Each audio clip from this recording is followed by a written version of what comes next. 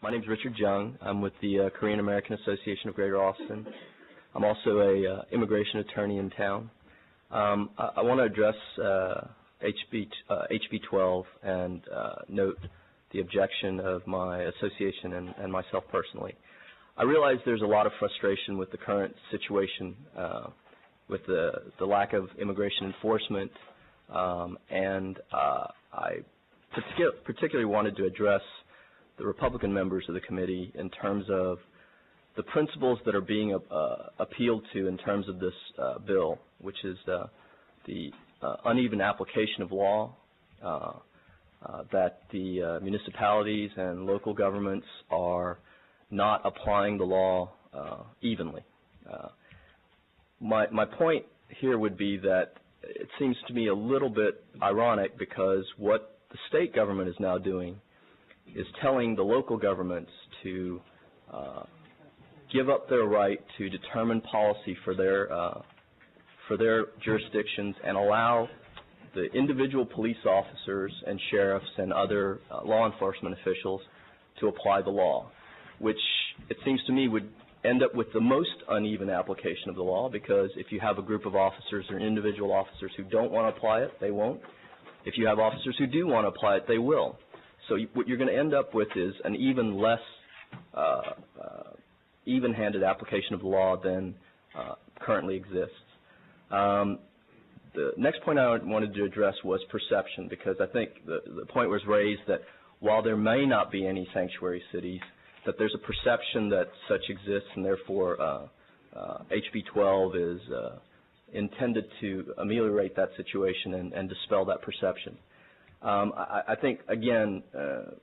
if I understand, conservative and Republican principles,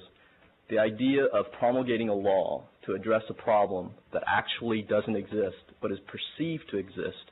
seems to contradict a lot of the principles of the Republican Party, to reduce the number of laws, to decentralize government, and yet what we have here is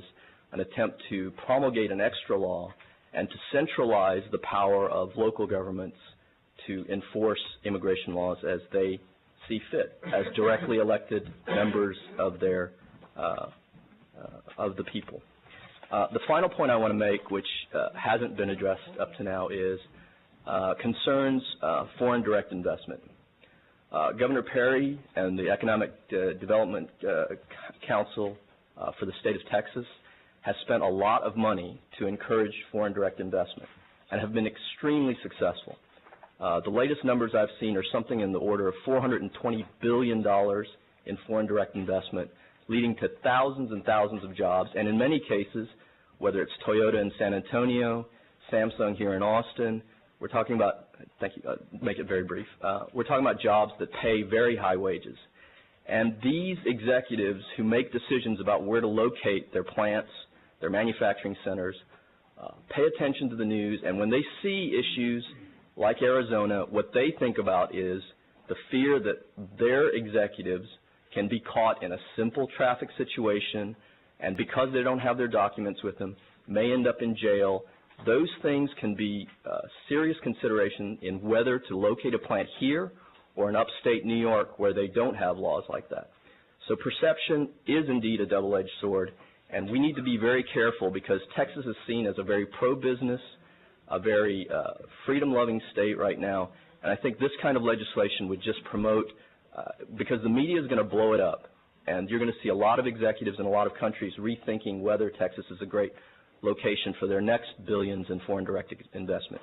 And that